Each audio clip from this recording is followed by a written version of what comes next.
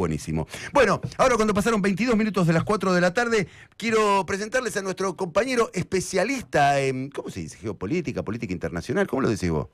Especialista en la vida. Especialista en la vida. Especialista en cosas. Podríamos decir viejo. Bueno. Con experiencia. Con experiencia, con claro. Tenemos antigüedad, tenemos muchas vacaciones. Y memoria. Bueno. Sin ser Chiche Helblum, pero bueno, por con favor. Memoria. Él es Pablo Rodríguez Macena. Muy buenas tardes. ¿Qué tal? Muy buenas tardes. Bienvenido, Pablito. Un gustazo compartir micrófono con vos. Gracias, un gustazo enorme para mí, un placer, bueno, historias, años, y bueno, y en un enorme desafío que tenemos de tratar de pensar geopolíticamente, ¿sí?, para poder pensarnos internamente. Digo, va a ser un desafío muy interesante porque podemos correr detrás de las noticias y lo que tenés es un cúmulo de informaciones de lugares insólitos, de lugares raros, de cosas que pasan y que en realidad producen una ensalada de cosas, o podemos tratar de pensar integralmente las cosas y ver qué está pasando en el mundo. A mí me gustaba un viejo programa de televisión en su época. ¿Cuál? Que daban en Telesur, estoy hablando 20 años atrás, que se llamaba Dossier con Walter Martín. Es un programa que los que nos encanta la política internacional, nos encanta la política y nos encanta la política internacional, claro, veíamos con mucho interés, en donde el buen hombre tenía un mapa mundi detrás. Ajá. Y estaba con un virome, un marcador láser, un puntero láser, y enfocaba con su puntero láser los lugares del mundo de los cuales estaba hablando. Y ahí empezabas a entender un montón de cosas, de posicionamientos, de por qué cierto actor presionaba en tal lugar, por qué en otro hablaba de tal cosa, por qué las democracias importan en un lugar. Todo lo veía desde una dimensión que iba mucho más allá de la particularidad del lugar donde estaba situado. Bueno, tecnologías, cambios y demás. Hoy estamos viviendo en un mundo que cambia aceleradamente. Los cambios tecnológicos están cambiando el mundo demasiado aceleradamente, lo cual nos obliga a repensarnos todo el tiempo y a tener la cabeza abierta, lo cual no es fácil y es un enorme desafío, para poder entender los posicionamientos, ver los movimientos, saber para más o menos dónde están yendo las cosas y quizás adelantarnos a los tiempos. Pablo, ahí te pregunto algo que hablábamos con Quique al inicio del programa, que decíamos, bueno, esta asociación, ¿no? Trump, Milei, que en realidad, digo, todos dicen, Milei está haciendo algo totalmente diferente en Estados Unidos de lo que Milei se propone hacer acá. Sí, el tema es que las cosas no se repiten como copia en ningún lado. Y las copias son malas, y aparte habría que ver quién copia a quién y en qué. Lo que estamos viviendo es un proceso de cambio que pone pata para arriba lo que hemos conocido en la modernidad clásica de Occidente, digamos. Los que tenemos algunos años y estamos peinando canas y tenemos la barba cana también, nacimos en un contexto de guerras frías. Claro. Nacimos en un contexto de un mundo bipolar. En esa guerra entre dos grandes bloques, China era un país atrasado. Sí, China no existía, claro. La Unión Soviética era el polo alternativo a la hegemonía norteamericana, que la habíamos visto hegemónica luego de la Segunda Guerra Mundial. No habíamos asistido al proceso de cambio de la hegemonía occidental, que había sido el periodo entre 1914-15 y la Segunda Guerra Mundial, en donde la potencia más importante era el Reino Unido, y pierde su sitial para que lo ocupe los Estados Unidos. Eso nosotros no lo vimos, lo mamamos. Ese mundo que dio como resultado ese empate hegemónico, si querés, esa vieja discusión de dónde se libraba la Tercera Guerra Mundial, que se libró en un montón de frentes, pero nunca de manera directa entre las dos grandes potencias, permitió el establecimiento de lo que conocimos como Estado de Bienestar, que hace eclosión a mediados de la década del 70, y en donde Gran Bretaña, con el rol de Margaret Thatcher, y Estados Unidos, con Ronald Reagan, dos personajes admirados por nuestro benemérito presidente de la República en este momento, cambiaron el eje de la discusión también ahí. Y la instauración de lo que conocimos luego como neoliberalismo fue un cambio brutal en las relaciones geopolíticas y en el mundo económico. Me gusta mirar las dos cosas al mismo tiempo. La geopolítica con la economía, claramente. Claro. Digo, en ese contexto vivimos un mundo que en América Latina, los ciclos de la dictadura, de las dictaduras, las democracias totalmente restringidas, los movimientos de liberación nacional, etcétera, nos abren a una década posterior, la del 80. Perdone que esté saltando rápidamente, me encanta. Pero quiero necesito todo este resumen para... Quiero llegar al punto de que nosotros estamos en un momento de transición en donde lo que habíamos vivido durante 50 años se terminó de acelerar. Luego de la caída de las Torres Gemelas, que no se cayeron solas. No. Y que hemos visto, ahora sí, ya nosotros directamente, hemos visto la caída del muro de Berlín, que parecía que no iba a suceder nunca, salvo en los recitales de Roger Waters. Y hemos visto la caída de las Torres Gemelas, sí, que lo imaginábamos en algún sueño medio de Pearl Harbor y qué sé yo, de película de Hollywood, pero lo vimos en vivo y en directo. Yo lo vi en vivo y en directo en mi cumpleaños. ¿Era tu cumpleaños? Yo cumplo el 11 de septiembre. Bueno. Mira, felicidades. El día digo, para los más viejos también es el día del derrocamiento de Salvador Allende. Así Claro, es. y Sarmiento. Claro, que no nos vienen a complicar las efemérides, estas Claro, cosas que suceden claro. en el mismo momento. Qué quilombo. No, así no se puede, hay No se 365 días. Dejemos de estudiar. No es para que nos claven, porque aparte el problema es que lo más nuevo parece lo súper importante y a veces te estás olvidando de lo anterior. Por eso es bueno traer las cosas a la mesa. ¿Por qué digo todo esto? Porque estamos viviendo un proceso de transformación tan grande que el mundo que conocimos, ese mundo del estado de bienestar que entra en crisis en los 70 con Thatcher y la primera vez que se gobierna en contra de los sindicatos en el Reino Unido. Vean la película de Full Monty. Claro. Todas esas películas que hablan de las crisis de los obreros del carbón. Claro, la falta de trabajo, que se dedican a hacer striptease los tipos. Exactamente. O para mi generación vean The Crown. También, O sea, claro, Netflix, claro. te muestra toda la huelga de los mineros. Claro, totalmente. Ese tipo de demostración de lo que era una época histórica que estaba cayendo en la Argentina, la vivimos con dictadura y luego crisis del radicalismo, menemismo, que se transformó en el más neoliberal de los neoliberales. Claro que sí. Entonces, vamos a hablar de copias, vamos a hablar de cuál es la relación con los actuales y los que están acá y los que están allá. Veamos un poquito, porque lo que hay es un cambio estructural muy grande. El capitalismo está cambiando de una manera que nosotros mismos no nos estamos dando cuenta. Seguimos creyendo que los empresarios capitalistas son los mismos empresarios capitalistas, con nombre y apellido, sí, pero que cumplen la misma función que la que cumplían hace 30, 40, 50, 60 años. Y no es así. Hay un nuevo capitalismo financiero, hay un nuevo capitalismo de lógica de corporaciones. Los actores económicos se están ordenando de manera distinta. Milei los está interpelando de una manera novedosa e inteligente. Y Trump los interpela de una manera distinta. Milei inteligente, la misma oración. Pero por eso soy un provocador. Y quiero generar la provocación desde este lugar. Cuando digo inteligente es que los está sabiendo interpelar. Y hablan en su idioma. ¿Vos lo escuchaste alguna vez hablar a Milei de producción y trabajo? No, jamás trabajo, nada, de educación, nada. Pero sí de finanzas y Siempre. sí de mundo corporativo y sí de criptos y ni que hablar que hacen negocios y otras cosas raras también. Pero digo, hay un mundo nuevo que nosotros, los más formados en el capitalismo anterior, a veces nos cuesta decodificar.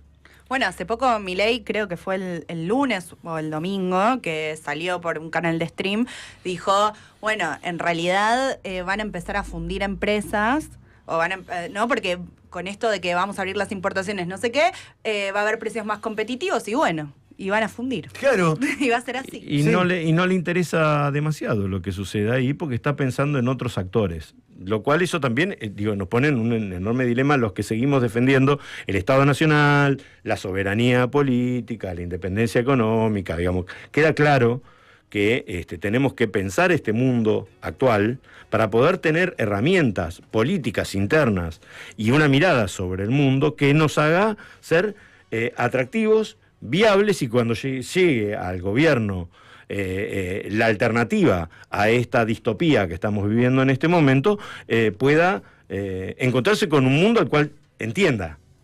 Digo, hoy Trump está haciendo muchas cosas que en el imaginario hace que muchos digan, parece que es peronista, lo estábamos hablando hace un rato. Sí, pero no tanto.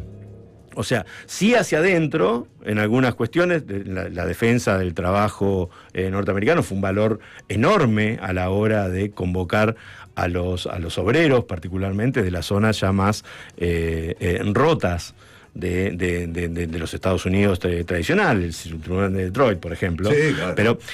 Pero hay un punto adicional que me parece que es más atrapante todavía que esa referencia a esa mirada del trabajador tradicional, sino quizás ver el tema de los valores que están detrás del planteo de Trump, en donde ahí sí hay una coincidencia muy grande con toda esta gente en este mundo loco que nos está rodeando, que nos está tocando en este momento, que tiene que ver con reacciones ante de actores que no eran reconocidos individualmente por el sistema político. Esta moda de decir que hay una agenda woke y demás, supone que hay una agenda no woke de actores que no se encontraban representados en el sistema político ni en los canales de representación tradicional, Hollywood, por decir en Estados Unidos, y que no se sentían interpelados ahí adentro.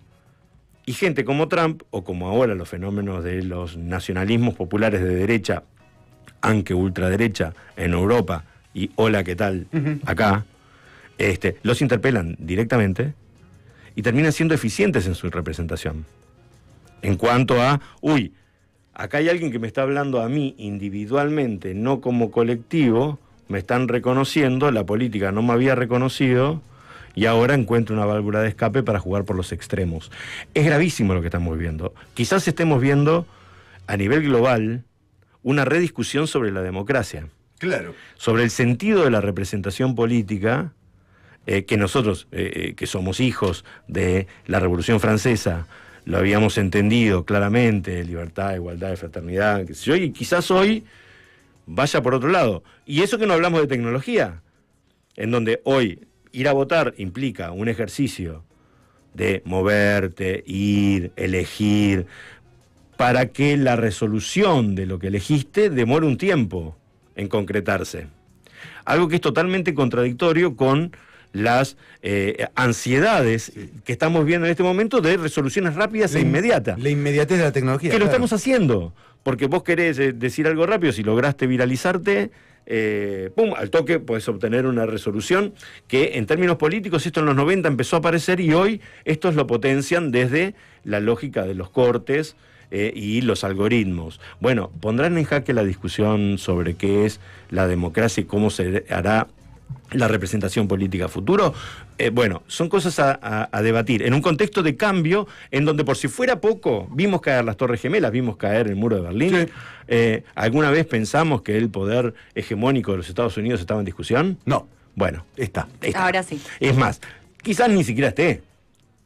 Quizás está totalmente, cuando empecemos a ver, quizás estemos viendo justamente en los fenómenos como los de Trump un último estertor para ver si puede lograr recuperar posiciones que parecían perdidas. Nosotros en Argentina no sabemos nada de política internacional. Yo tampoco. Pero, digo, claro, porque ¿cómo nos haces? no, y porque para bajar ansiedades. ¿Saben cuál es el tema? No estamos informados. Es difícil, lo hablábamos antes. Es difícil estar informado. Sí. Es muy difícil hoy. Es muy a mí difícil. que me interesa mucho la guerra ruso-ucraniana. Claro, muy difícil. Para informarme uso Telegram, sigo cuentas raras. YouTube me da una ventaja y así me puedo enterar un poco de lo que pasa. Igualmente no estás exento de tus propios algoritmos, lo cual vas a tener un sesgo de confirmación también en esa, que como uno sigue siendo cultor de la modernidad tradicional, dice, no, yo me estoy dando cuenta que estoy yendo para un lugar que está medio sesgado, trato de buscar otro que vaya por otro lado, y en realidad difícil, sobre todo con los conflictos que están tan lejos nuestro. Claramente, y aparte no terminás de saber cuál es la fuente de información adecuada. Es una paradoja, ayer lo hablaban también en el programa, felicitaciones por, Muchas gracias, por el compañero. inicio. Lo hablaban ayer de la enorme cantidad de canales de noticias que hay Sí. en un país como la Argentina, que algo que no es común en el mundo. No. Cualquiera que tenga la suerte de recorrer el mundo y mirar algo de televisión ahí, no ve la cantidad de canales de noticias como tenemos acá. No, Bueno, no. pero entonces uno podría decir, haciéndome el liberal de verdad, el liberal norteamericano, digamos, así muy demócrata en este sentido, uy, buenísimo, tenemos muchos canales de información, vamos a tener muchas fuentes de información diferentes, y eso le da al ciudadano individualmente la capacidad de poder analizar todo. Bueno, lo siento No. mucho si creían eso, no sucede. No, además hay como muchos grises, ¿no? Acá en Argentina, porque digo, en Estados Unidos es, bueno, quizás me equivoco, ¿no? Pero uno tiende a pensar que está todo mucho más claro, ¿no? Si ves Fox News, bueno, Es clarísimo. esto, Bueno, pero acá ¿eh? también. Pero acá en el medio, de quizás ¿En el medio de qué? de Perdón los- que te lo diga de esa manera. ¿En el medio de qué? Sí. en el quilombo de medios que hay, Sí. digo, hay algunos como que decís, bueno, sé que en términos nacionales apoyo tal cosa, pero en términos distritales apoyo otra cosa, ¿no? Como que hay un Tetris como Ay, más bueno, fino. Sí, pero a ver, si vos tenés una distancia que va de 0 a 10, Sí. entre el 0 y el 10, notás una diferencia enorme. Ahora, si te corrieron el arco y vas de 0 a 100, Claro. el 10 es nada. Entonces, hoy nos han corrido tanto el arco que parece que estuviéramos viendo cosas diferentes y quizás no estemos viendo cosas diferentes. Digo, hace un rato hablabas de Venezuela. Sí. Bueno, no hay miradas distintas a lo que dice el establishment cultural, político, ideológico sobre Venezuela. Es verdad. Y no hay nadie que intente explicar lo que sucede en ese lugar. No, ni a favor ni en contra, no tengo ni idea. Por eso digo, solo sé que no sé nada. Digo, pero pongamos las cartas sobre la mesa y discutamos. Y discutamos. ¿Desde dónde vamos a discutir? Bueno, el tema es que hoy lo que tenés son reproductores. Todo el tiempo tenés reproductores. Y tenemos 50 canales. Y en realidad, nómbrenme un programa de televisión No. que hable de política internacional. No hay. No hay. No. Antes teníamos un noticiero en la TV pública. Sí. Que Que había 3 prestigiosos periodistas, sí, 2 varones y una mujer.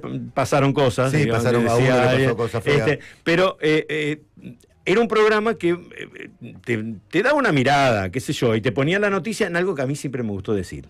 La noticia en su contexto. Claro. Entonces no es tirar noticias y bombas para datos, ver, claro, datos claro. locos para que te quedes bien en el bar diciendo, acabo de conocer que voltearon al gobierno en los Países Bajos, qué capo que soy, me tomo una cerveza y la gente dice, ay, mira ¿Cómo cómo sabe? sabe este Pero muchacho. no escarbes Y más. Acaba de ganar la oposición en Corea del Sur en las elecciones que se hicieron hoy. De paso estoy tirando 2 noticias. Sí. Me encanta. Real. Primicias de este momento, Reales. now, acaban de suceder, ¿viste? Entonces vas y tomas una cerveza y quedas como un campeón que conoces de política internacional. No conoces nada. Claro, pero hay un fenómeno ahora, gracias a la tecnología y a las redes sociales. Yo sigo a algunos youtubers yanquis Amo a quienes. y pibes que viajan por el mundo. Sí.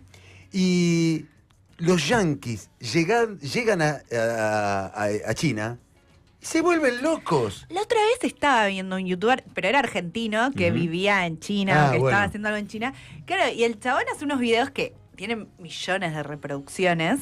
Claro, y vos ves China y es una locura. Es una locura, es Es una Disneylandia. locura, total. Había tipo una ciudad como que tenía diferentes niveles.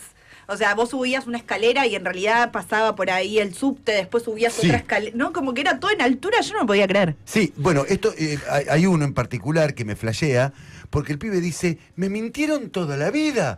Un yanqui, pantalones cortos, orejas grandes, que andaba por China y decía, a mí me dijeron que acá estaban cultivando arroz y esto es 10 veces mejor que Estados Unidos.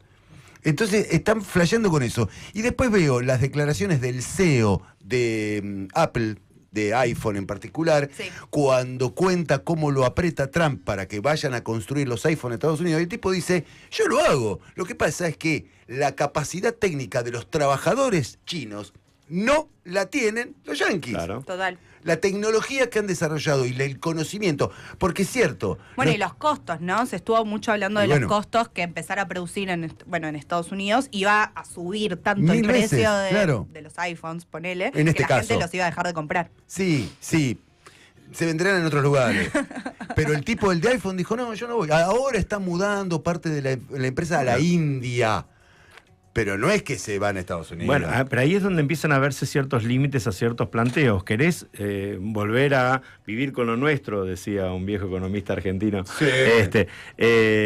Y Trump dice, vengan empresas, relocalícense en Estados Unidos, y empieza esta discusión. Pero también hay una discusión cultural, ¿no? Digo, con todo el boom de Bollywood en la India, vos ves unos efectos especiales en las películas zarpados, que sí, che, no tienen nada que envidiarle a Hollywood. Sí. Y las series chinas.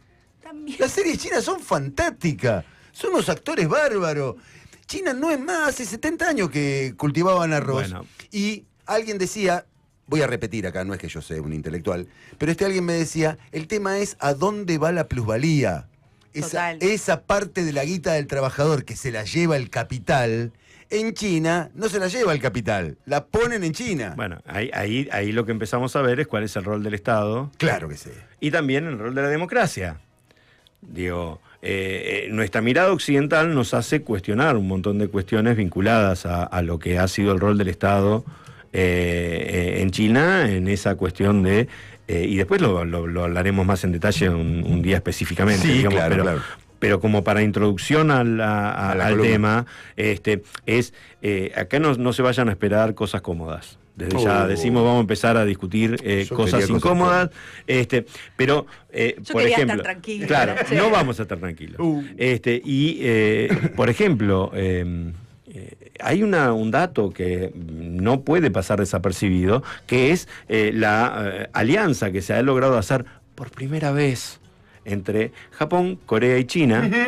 El tema económico, plantear relaciones económicas distintas sin la intermediación de Estados Unidos ahí, y la está planteando China con enemigos históricos como Japón. Claro.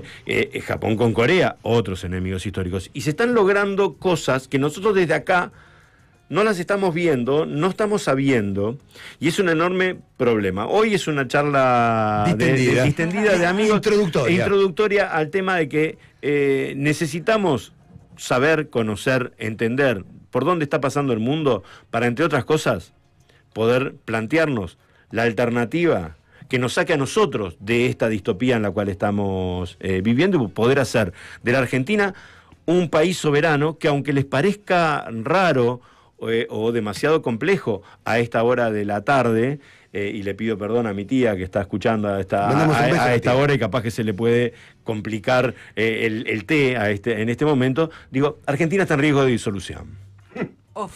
Digo, con el señor que nos gobierna y sus 4, 5, 18 perros que tiene, y la particularidad de la relación que intenta tener con Trump, creyendo que lo personal es político, teniendo en cuenta los roles que está tomando Trump en este momento de exigir ciertas cuestiones, como por ejemplo lo del tema de Groenlandia, vamos a seguir hablando de eso, lo que sucedió en Canadá, que no casualmente quería la anexión de Canadá, y casualmente hubo elecciones para el Parlamento canadiense, y la gana el que la tenía perdida hace un tiempo, justamente por el ponerse de rechazo al planteo anexionista de Trump.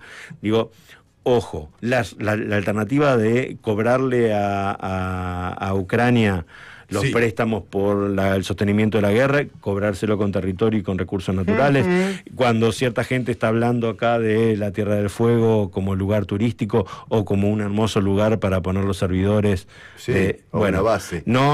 Y bases. Señoras y señores, es grave lo que está sucediendo en el mundo. El mundo está en cambio. No sabemos para dónde terminará yendo. Está la moneda en el aire. Por primera vez en mucho tiempo, al poder hegemónico de Estados Unidos le salió un poder distinto. Y bueno, y estamos en el medio de este gran cambio, tratando de entender para dónde va. Estamos como en el centrifugado del lavarropas, dando vuelta, y es un quilombo todo. Y por eso es el mejor momento para pensar. Y con ese cierre nos la deja picando. Sí, claro, caliente. Yo estoy para 10 preguntas más. 10 preguntas más tengo, pero no podemos. Pablo, un gustazo para nosotros. Has jerarquizado este programa, querido amigo. No tenés que irte. No sé si te querés ir. Yo me quedo. Si te espera tu tía, anda con tu tía. No, me quedo. Yo soy querendón, así que... Sos bienvenido. 47 minutos, perfecto. 47 minutos pasaron de las 4 de la tarde. Voy a decir una vez más el teléfono, no me mires así. Voy a decir una vez más el teléfono, que es el 11-2234-9672. Y si no, chateamos en el chat de YouTube, que ahí nos encuentran fácilmente como La Patriada.